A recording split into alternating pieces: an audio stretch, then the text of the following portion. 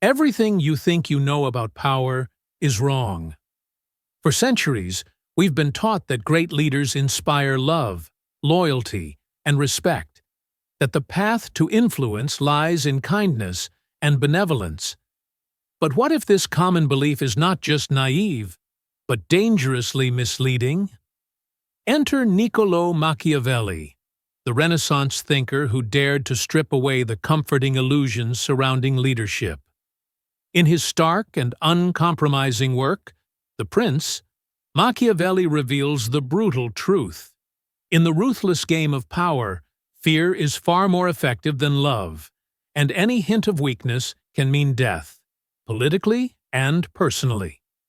Machiavelli doesn't sugarcoat reality, he exposes it. The world of power is a battlefield where idealism falters and cold pragmatism reigns. Leaders who cling to morality over strategy risk losing everything. Fear, he argues, is the most reliable tool to command obedience and maintain control.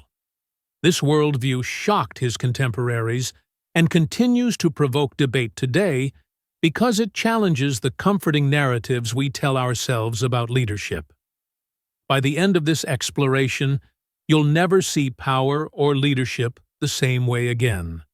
Machiavelli's insights force us to confront uncomfortable truths about human nature and the demands of holding authority. Whether you're a leader, follower, or observer, understanding his perspective is crucial to navigating the real dynamics of power in any arena. The myth of kindness and fairness. We are often taught from a young age that kindness, fairness, and goodness are the keys to earning respect and wielding true power. Stories, fairy tales, and even some leadership lessons emphasize that a benevolent and just ruler will naturally inspire loyalty, trust, and success. This belief shapes how many aspire to lead, imagining that moral virtue paves the path to lasting influence. However, the historical record paints a much harsher picture. When it comes to power, the reality is far less idealistic. Leaders who cling to kindness and fairness, expecting these qualities to protect them, often find themselves betrayed, overthrown, or ignored. History shows that such virtues, while admirable, are not guarantees of survival in the ruthless arena of power struggles. In stark contrast, ruthless leaders, those willing to be harsh, strategic, and even cruel, frequently outlast and outmaneuver their kinder counterparts. They seize opportunities without hesitation and impose their will with calculated decisiveness. Their survival and dominance across centuries suggest a brutal truth. Power favors the ruthless over the kind-hearted. Consider King Louis XVI of France. Known for his compassionate nature and earnest attempts to govern fairly, Louis XVI was deeply committed to justice and the welfare of his people. Yet, during the French Revolution, this kindness was no shield. Betrayed by political factions and overwhelmed by revolutionary forces, he was captured and ultimately executed by guillotine. His downfall exemplifies the precarious fate of leaders who rely solely on kindness and fairness in a world governed by power and survival. World governed by power and survival. This contrast between myth and reality compels us to rethink our assumptions about leadership and power. Kindness and fairness, while noble, are often insufficient, and sometimes even liabilities, in the unforgiving game of rule and influence. Machiavelli's groundbreaking revelation.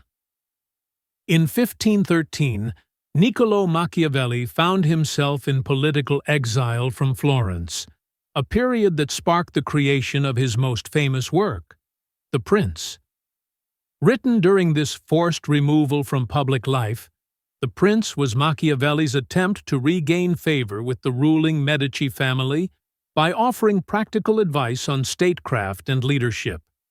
However, its candid and unvarnished approach to power soon made it infamous, leading to its eventual ban by the Vatican. The Church condemned the book for its ruthless realism.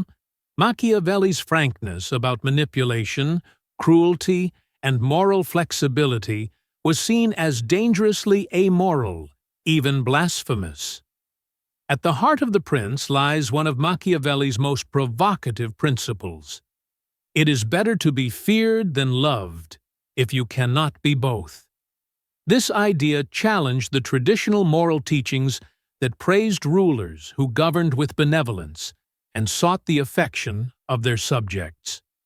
Machiavelli argued that love is inherently unstable and unreliable because it depends on the people's goodwill, which can easily change when their interests shift.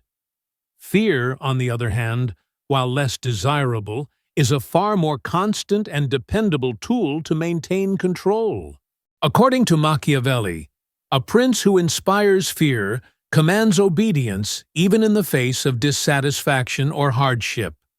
Fear, when properly managed, deters rebellion and enforces discipline because people are less likely to challenge authority when they anticipate severe consequences. This principle does not advocate for cruelty for its own sake, but emphasizes calculated firmness as a necessary element of effective governance. Machiavelli's unflinching view on power laid the foundation for modern political realism, illustrating that rulers must sometimes prioritize stability and order over idealistic notions of love and virtue. His work continues to provoke debate about ethics, leadership, and the true nature of political power centuries after it was penned. The art of balanced fear. Fear is a powerful tool in leadership, but it must be wielded with careful balance. Too much cruelty breeds resentment and sparks rebellion, while excessive kindness can be mistaken for weakness, inviting betrayal. The true art lies in navigating this delicate middle ground where fear fosters respect and order, rather than hatred and unrest. Machiavelli, the renowned political philosopher, offers timeless guidance on this balance. He advises leaders to punish betrayal with severity to deter disloyalty, yet reward loyalty predictably to reinforce allegiance. At the same time, punishments should be unpredictable in timing and severity, maintaining a constant edge of uncertainty that keeps potential traitors cautious. This unpredictability prevents complacency and cultivates an environment where loyalty is more valuable than risk. However, fear alone does not sustain power. For fear to create a stable society, it must be paired with tangible benefits for the people: stability, prosperity, and protection. When subjects see that their well-being improves under a ruler's reign, even a feared ruler, they are more likely to accept authority willingly, or at least tolerate it.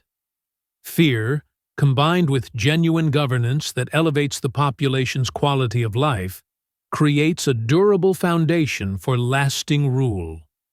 A striking historical example of this balance is Genghis Khan. To his enemies, he was a figure of terrifying brutality, notorious for ruthless conquest and harsh punishments. Yet among his own people he was widely respected, even admired. His leadership was pragmatic and forward-thinking. He established laws, promoted trade, and unified disparate tribes under a common cause. By combining ruthless discipline with practical governance, Genghis maintained order and loyalty within his empire. Genghis Khan's legacy illustrates how balanced fear can be an effective leadership strategy. His ability to inspire both fear and respect allowed him to create one of history's largest empires, demonstrating that when fear is coupled with fairness and benefits, it cultivates stability rather than chaos.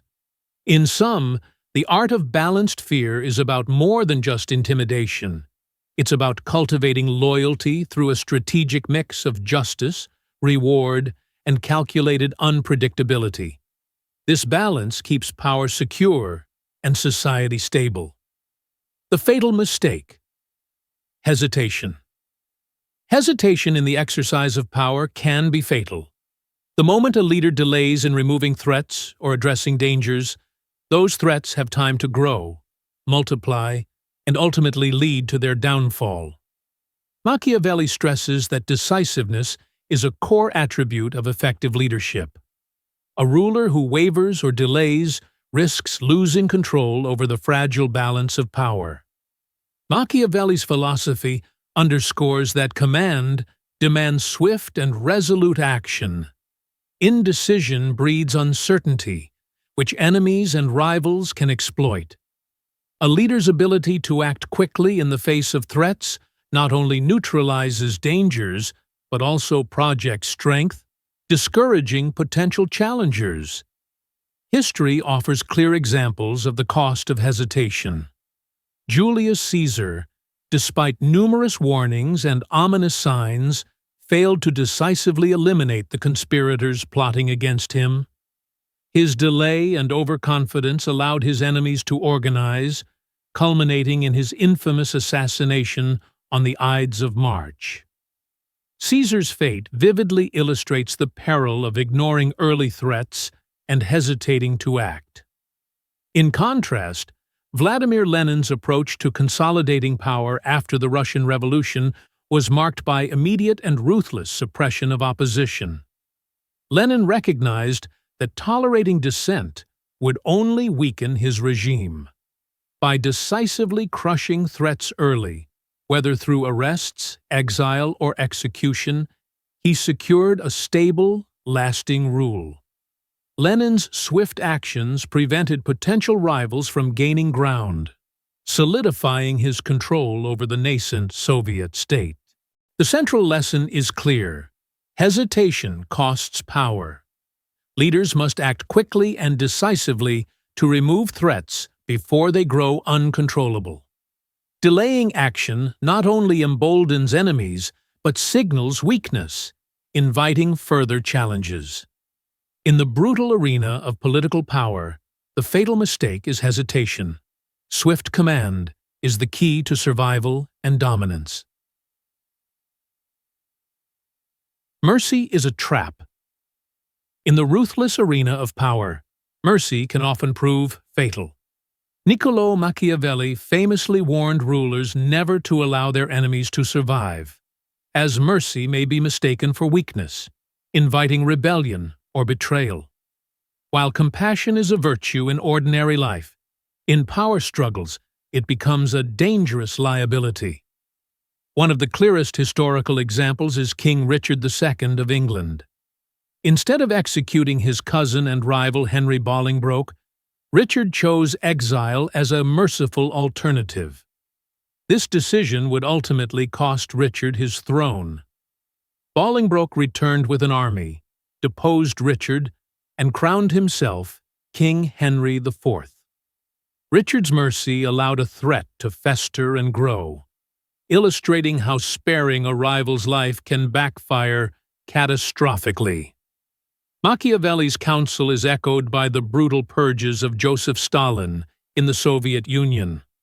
Stalin's reign of terror eliminated perceived enemies without mercy, consolidating his grip on power despite enormous human cost. Conversely, leaders who showed leniency toward opponents often saw their authority undermined.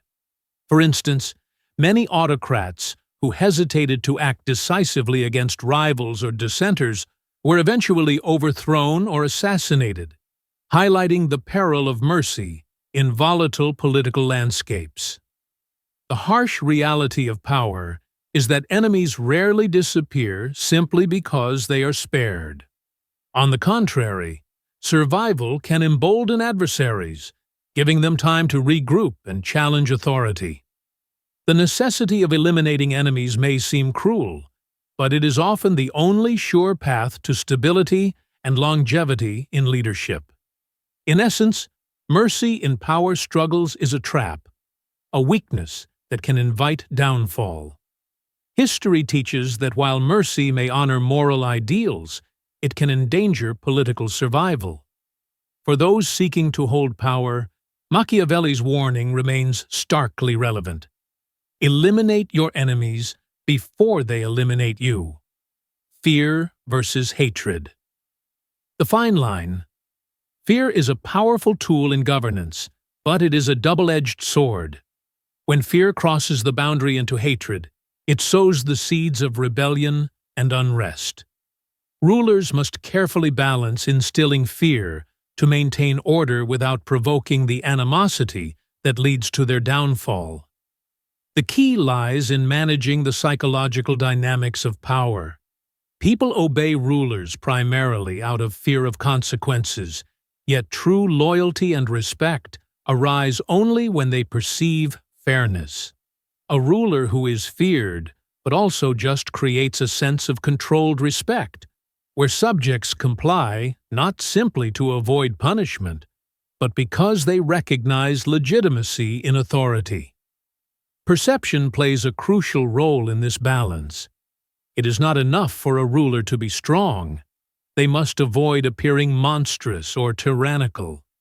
The image projected to the public can determine whether fear becomes a tool of stability or a catalyst for hatred. A ruler must appear formidable enough to deter disorder, but must temper this with gestures of mercy or fairness to humanize their reign. Machiavelli famously differentiated fear from cruelty, emphasizing that fear is about control, not wanton cruelty. Fear, when wielded correctly, is a means to maintain order and obedience without descending into hatred. Cruelty breeds resentment and undermines authority, but measured fear rooted in clear, predictable rules keeps society in check. Ultimately, the fine line between fear and hatred defines the longevity of power. Successful rulers are those who inspire fear that commands respect rather than hatred that sparks rebellion. Power is perception and illusion. True power extends beyond mere strength or numbers. It resides as much in the image a ruler projects as in their actual capabilities. The greatest leaders throughout history understood this fundamental truth. Controlling perception is as crucial as controlling armies. By shaping how others perceive their power, these rulers could inspire fear, command respect, and manipulate opponents, often without needing to demonstrate overwhelming force.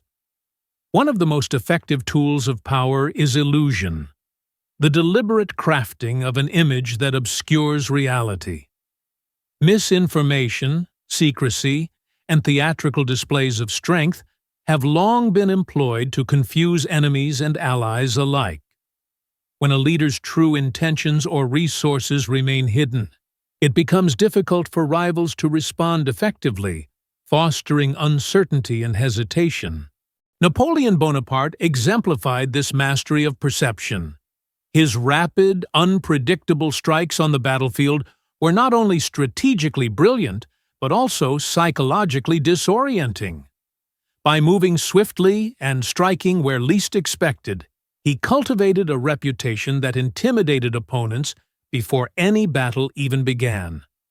Napoleon's ability to control how others saw him, an invincible force capable of sudden, decisive blows, was a crucial element of his dominance.